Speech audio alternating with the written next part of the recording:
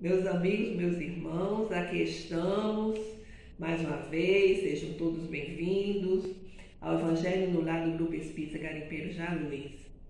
É com muita alegria que aqui estamos para o nosso encontro semanal, encontro em família, encontro com Jesus, é Jesus no lar, chegando, sentando conosco para as nossas reflexões. Não esqueçamos a água a ser fluidificada. Então vamos colocar o recipiente para que os amigos espirituais fluidifiquem durante o nosso estudo.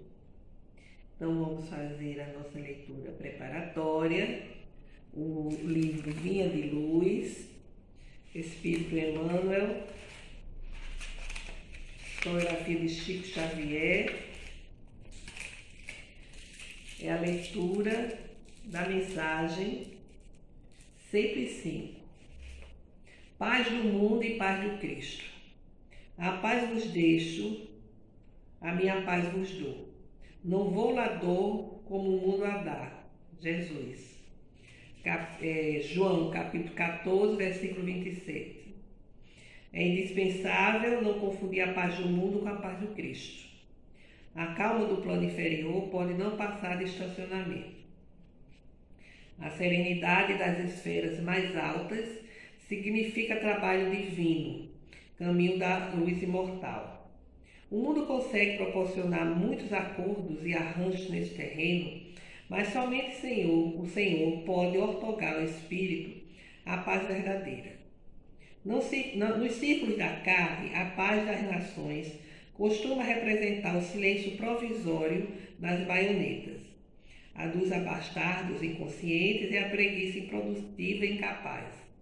A dos que se revoltam no quadro de lutas necessárias é a manifestação do desespero doentio. A dos ociosos sistemáticos é a fuga ao trabalho. A dos arbitrários é a satisfação dos próprios caprichos. A dos vaidosos é o aplauso da ignorância. A dos vingativos é a destruição dos adversários. A dos maus é a vitória da crueldade. E dos negociantes sagazes é a exploração inferior. A dos que se agarram às sensações de baixo teor é a viciação dos sentidos. A dos comilões é o repasto opulento do estômago, embora haja fome espiritual no coração. Há muitos ímpios, caluniadores, criminosos e indiferentes que desfrutam a paz do mundo, sentem-se triunfantes, venturosos e dominadores do século. A ignorância endinheirada, a vaidade bem vestida e a preguiça inteligente sempre dirão que segue muito bem. Não te esqueça, contudo, de que a paz do mundo pode ser muitas vezes o sono enfermiço da alma. Busca desse modo aquela paz do Senhor, paz que excede o entendimento, por nascida e cultivada, portas adentro do espírito no campo da consciência e do santuário do coração.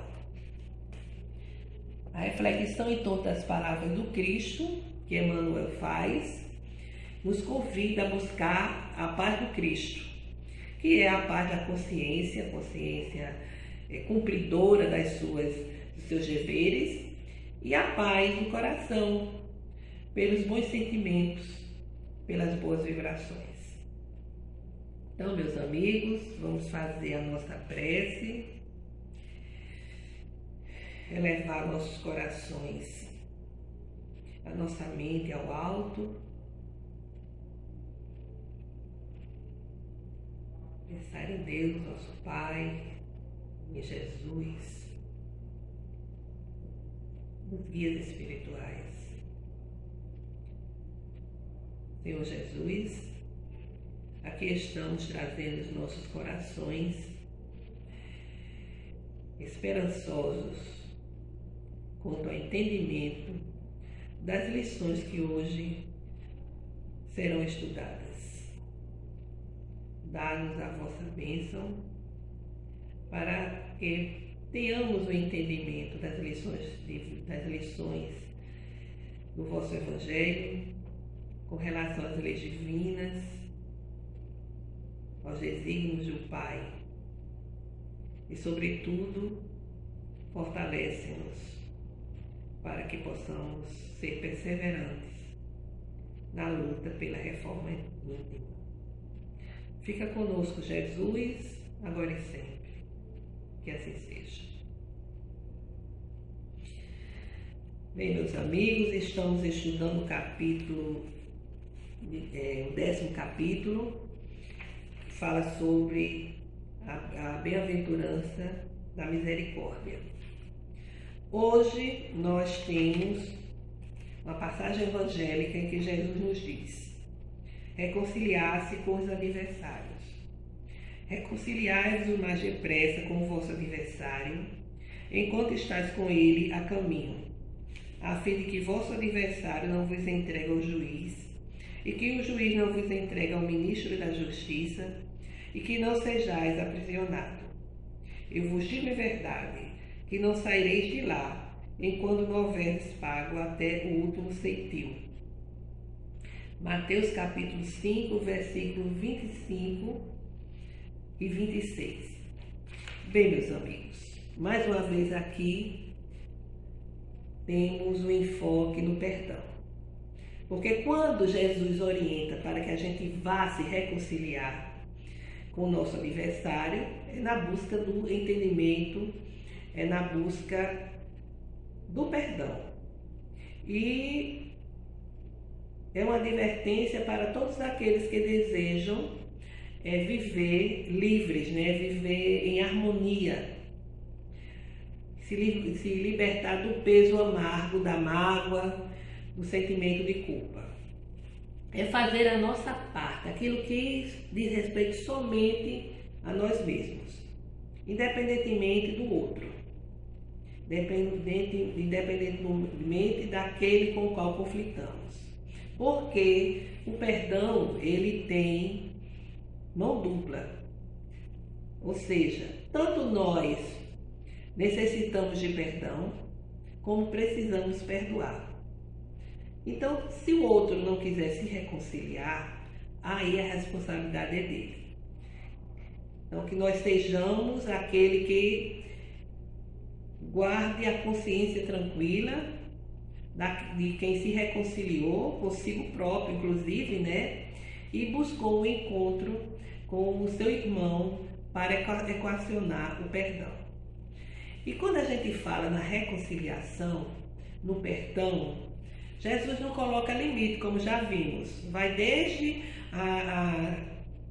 o perdão de pequenos acontecimentos até os mais graves. Ou seja, ele adverte para esse perdão, adverte para essa reconciliação. E os Espíritos nos lembram que a morte não nos livra dos nossos inimigos, daqueles que nos odeiam, daqueles que são vingativos.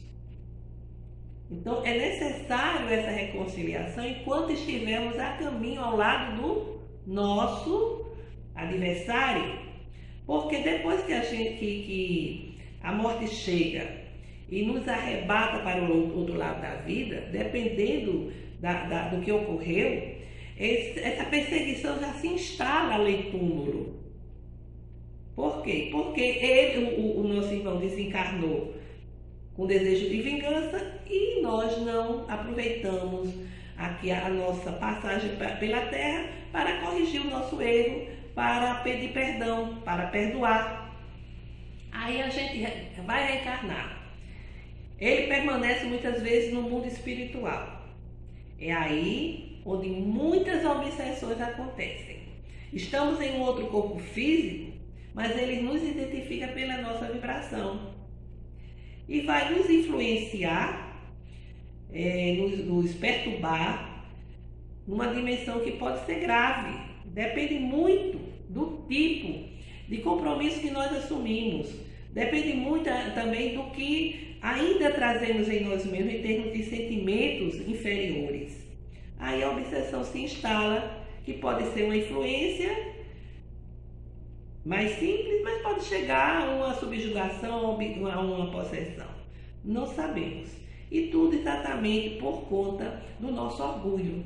O orgulho de não querermos perdoar, de não termos a iniciativa da reconciliação, porque a gente acha que isso é uma demonstração de covardia, é uma demonstração de fraqueza.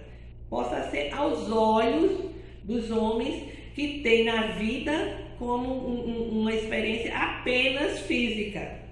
Mas nós que sabemos que somos espíritos, que a vida continua em uma outra dimensão após a morte, temos que ter essa preocupação, essa convicção de desfazer esses laços de desafeto, de desfazer toda essa situação negativa, toda essa situação inferior.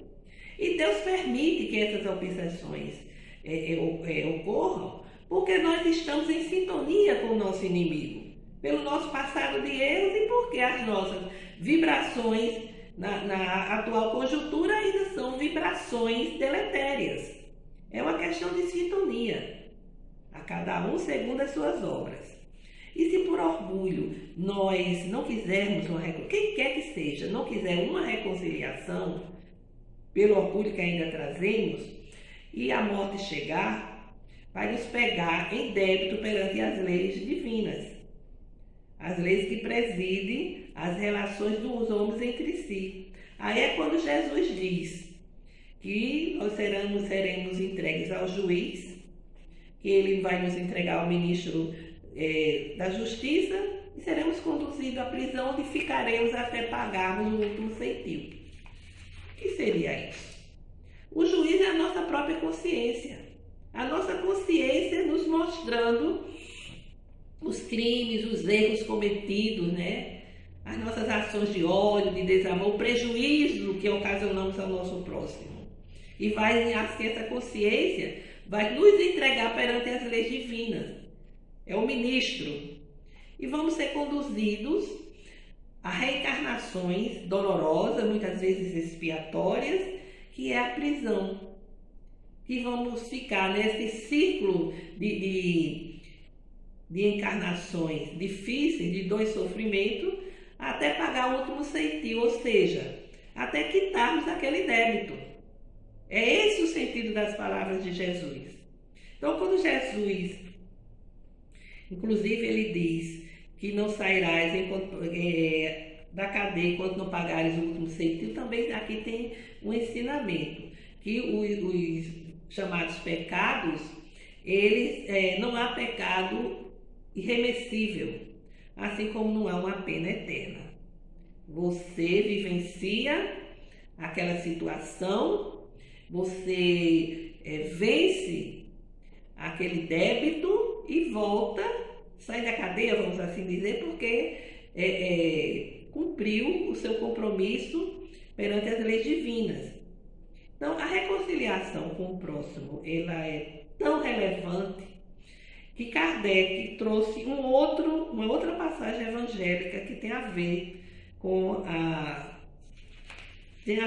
a reconciliação. É o capítulo 7 do Evangelho segundo o Espiritismo. O sacrifício mais agradável a Deus. Se, pois, quando apresentardes vossa oferenda ao altar, vós vos lembrardes que vosso irmão tem algo contra vós, deixai a vossa dádiva aí ao pé do altar, e diante reconciliai-vos com vosso irmão, e depois voltai para oferecer vossa dádiva. É Mateus capítulo 5, versículo 23 e 24. Ora, nós sabemos que os judeus, eles davam muito valor aos atos exteriores, né? Os rituais, as oferendas, né? As oferendas, elas eram feitas pelas pessoas, independentemente da condição financeira, mas dependendo da circunstância e da sua condição financeira, a pessoa podia ofertar desde produtos da terra até animais de grande porte. Mas a oferenda era muito importante, porque para eles estavam agradando a Deus e os seus pecados seriam redimidos. Mas Jesus vem e coloca esse ensinamento. Ele não condenou, não censurou o ato, mas mostrou a incoerência de você estar fazendo uma oferenda ao alto e com uma inimizade, com algo que o seu semelhante tinha lhe feito, ou que ele tinha feito ao semelhante. Então Jesus diz, antes de fazer a oferenda, deixa ali de lado e vá se reconciliar com o seu irmão. Desfazer o mal-entendido. E assim Jesus nos mostra que essa oferta sacrificial ela é inútil se não tivermos uma consciência harmonizada, se não tivermos exatamente uma vida que tenha sentimentos, que tenha ações, pensamentos conforme a lei, que na época era a lei mosaica, né? Então, a oferenda, ela sempre teve, assim, vamos dizer, sempre teve uma valorização. Até hoje, muitos altares ainda são elevados para louvar a Deus, a Jesus, aos santos, aos bons espíritos, e até mesmo um altar para se ofertar em prol de quê? Em prol dos bens materiais, em prol de transações para serem concretizadas, em satisfação de sentidos, enfim, uma oferenda, um altar para se louvar em função da concretização de objetivos puramente transitórios materiais. A gente respeita segmentos religiosos que agem assim, mas o ensinamento de Jesus é muito claro. É necessário a reconciliação primeiro, é necessário o perdão. É necessário que a nossa essência seja uma essência que esteja em sintonia com o Criador. A consciência harmonizada para que haja uma ressonância com os propósitos, com as propostas da grandeza divina. Porque quando nós agimos de uma forma a buscar essa harmonização da consciência, dos sentimentos, do coração, nós iremos edificar, vamos assim dizer, o altar em nossa consciência. O nosso altar deve ser o altar da consciência do coração, para acolher exatamente a essência das melhores propostas da vida. E para que possamos recompor as vias do nosso destino. Altar da consciência, do coração, para que a gente possa recompor, ou seja, possamos ter um futuro, um amanhã que se expresse pela estabilidade interior, que venha nos dar exatamente uma condição existencial harmônica, de coerência com os propósitos de Deus. O entendimento inserido por Jesus no vai reconciliar primeiro, ele constitui um princípio que está totalmente fundamentado na lei da fraternidade que vige em todo o universo. Reconciliar-te primeiro. É através do nosso irmão, do nosso semelhante, que nós podemos, inclusive, louvar ao Criador. Essa colocação nós vimos em um espírito, não me lembro onde foi, mas ele diz o seguinte: nós procuramos altares, procuramos louvar Deus em cânticos, em preces, mas nos esquecemos que podemos louvar a Deus, agradecê-lo diante do nosso semelhante. porque é ali, perto da gente, onde Deus está, onde Deus se expressa de forma objetiva, onde Deus nos convoca, inclusive, para a grande integração com a força do amor, porque é essa força do amor que equilibra a sua criação infinita. Então nós buscamos louvar, não, eu preciso louvar a Deus, eu preciso de um altar, eu preciso de ter determinadas preces, eu preciso ter cânticos. Tudo é louvável, né? Tudo a gente não recrimina.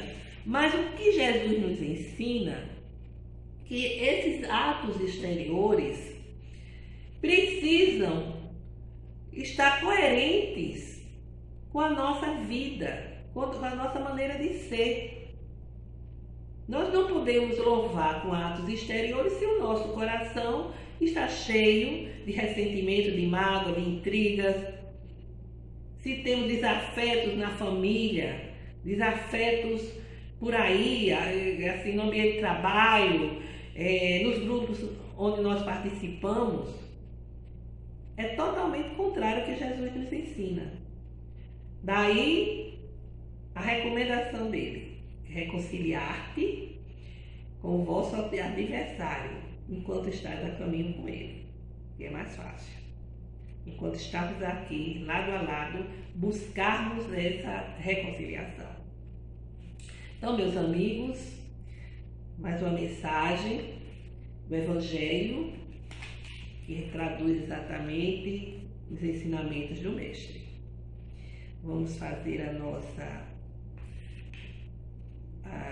nossas vibrações.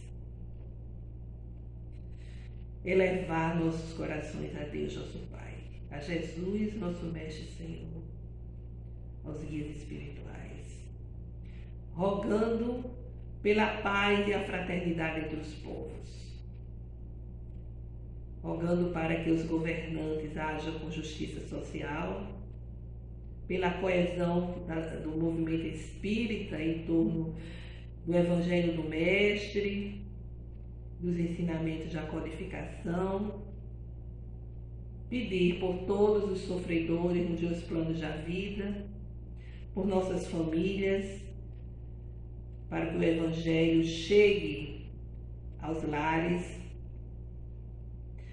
pedir para que a luz da paz, do amor, da saúde e da proteção envolva cada um de nós, os nossos familiares, iluminando nossos passos, iluminando os nossos caminhos.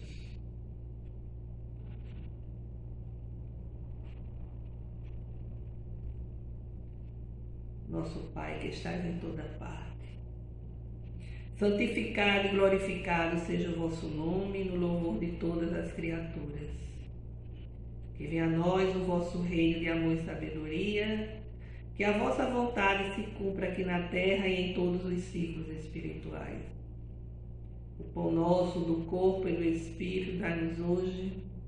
Perdoai, Senhor, as nossas dívidas, ensinando-nos a perdoar os nossos devedores com esquecimento de todo o mal, não permitindo que venhamos a cair nas tentações das nossas próprias inferioridades, livrando-nos da maldade que ainda reside em nós mesmos, para que assim reine a paz do entendimento, o amor da caridade, hoje, amanhã e sempre, que assim seja.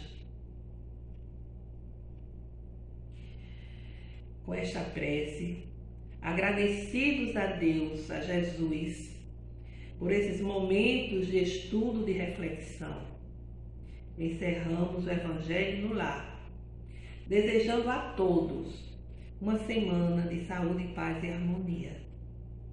Até breve.